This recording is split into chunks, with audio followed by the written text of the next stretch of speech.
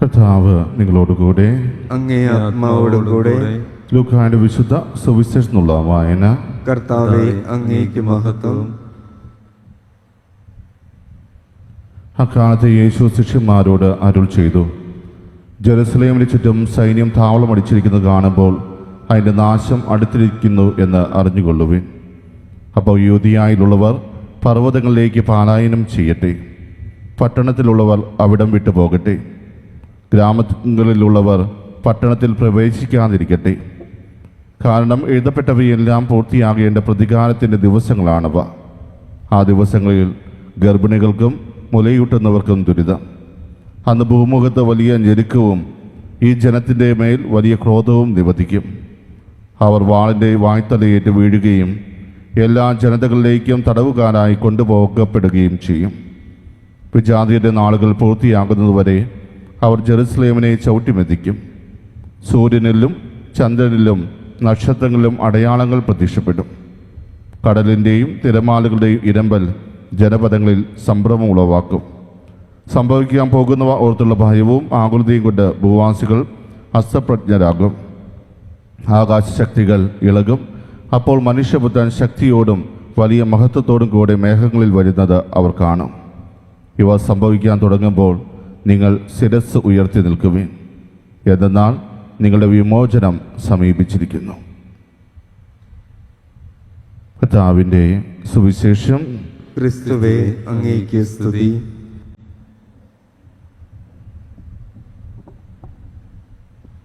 വിശ്വാസത്തിന് സ്നേഹമുള്ളവരെ, ഇന്ന് തിരുസഭ മാതാവ് നമ്മുടെ വിചിന്തനത്തിനായിട്ട് നമുക്ക് നൽകിയിരിക്കുന്ന വചനഭാഗം ലൂക്കായുടെ സുവിശേഷം 21 അധ്യായം 20 മുതൽ 28 വരെയുള്ള തിരുവചനങ്ങളാണ്.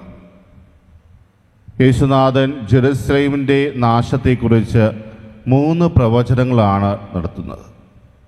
അതിൽ ഏറ്റവും സുദീർഘമായ ഒരു പ്രവചനം ഇന്നത്തെ ഈ ഒരു സുവിശേഷ ഭാഗത്താണ് നമ്മൾ കാണുക. ജെറുസലേം എപ്രകാരമാണ് നശിപ്പിക്കപ്പെടാൻ പോകുന്നത് എന്ന് വളരെ വ്യക്തമായി കർത്താവ് അവരെ അറിയിക്കുകയാണ്. തീർച്ചയായും ലൂക്കാ സുവിശേഷകൻ ഈ ഒരു സുവിശേഷം എഴുതുമ്പോൾ തന്നെ ജെറുസലേമിനെതിരെയുള്ള ആക്രമണങ്ങൾ തുടങ്ങിയിരുന്നു എന്നാണ് നമ്മൾ മനസ്സിലാക്കുക. യഹൂദ ചരിത്രകാരനായ ജോസഫേസ് തൻ്റെ ഗ്രന്ഥമായ the wars of the Jews എന്ന പുസ്തകത്തിൽ വളരെ വ്യക്തമായി ജെറുസലേമിൻ്റെ നാശത്തെക്കുറിച്ച് വിവരിക്കുന്നുണ്ട്. AD 70 റോമൻ ചക്രവർത്തിയായ ടെറ്റസ് ജെറുസലേം നിലംപരിശാക്കുക. ആ സമയം ആ ജെറുസലേമിൻ്റെ നാശം എത്ര ഭീകരമായിരുന്നു എന്ന് തൻ്റെ പുസ്തകത്തിലൂടെ അദ്ദേഹം വിവരിക്കുമ്പോൾ ഏതൊരു യഹൂദനെ സംബന്ധിച്ചും അത് കണ്ണീരൊഴുക്കുവാനുള്ള നിമിഷങ്ങളാണ്. കാരണം അതുപോലെയാണ് ജോസഫസ് തൻ്റെ ഗ്രന്ഥത്തിൽ ജെറുസലേമിൻ്റെ നാശത്തെക്കുറിച്ച് വിവരിച്ചിട്ടുള്ളത്. ജെറുസലേമിൻ്റെ നാശം സംഭവിക്കുമ്പോൾ അവിടെ 1,00,000 പേരാണ് മരിച്ചു വീണതായിട്ട് ചരിത്രം പറയുക. ഏകദേശം 97,000 ആളുകൾ മറ്റു രാജ്യങ്ങളിലേക്ക് അടിമകളായി എടുക്കപ്പെട്ടു എന്നാണ് ചരിത്രം പറയുന്നത്. അപ്പോൾ തൻ്റെ ശിഷ്യന്മാരെ ജെറുസലേം നഗരത്തിൻ്റെ നാശത്തെക്കുറിച്ച് കർത്താവ് വിവരിക്കുമ്പോൾ, അതിനെക്കുറിച്ചുള്ള പ്രവചനം നടത്തുമ്പോൾ തന്നെ പറയുന്നുണ്ട് എപ്രകാരമായിരിക്കും ഇതിൻ്റെ വലിയൊരു നാശം സംഭവിക്കുക. പ്രിയമുള്ളവരെ, ഈ നാശം ഒരിക്കലും അവരെ സംബന്ധിച്ച് ഏറ്റെടുക്കാൻ പറ്റുന്ന ഒന്നല്ല.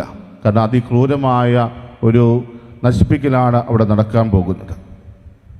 ദ ഡേ ആഫ്റ്റർ എന്ന ഒരു സിനിമയിൽ ഒരു നഗരത്തെക്കുറിച്ച് വളരെ മനോഹരമായി ചിത്രീകരിക്കുന്നുണ്ട്. വെറും 47,000 ആളുകൾ വസിക്കുന്ന ഒരു നഗരമാണ്. പക്ഷേ അവിടെ ഒരു ആണവായുധം യുദ്ധം നടക്കുമ്പോൾ അതിനുശേഷം ആ നഗരം എപ്രകാരമായിരിക്കും എന്ന ഒരു ചിത്രീകരണമാണ് ആ സിനിമയിൽ നമുക്ക് കാണുവാൻ സാധിക്കുക.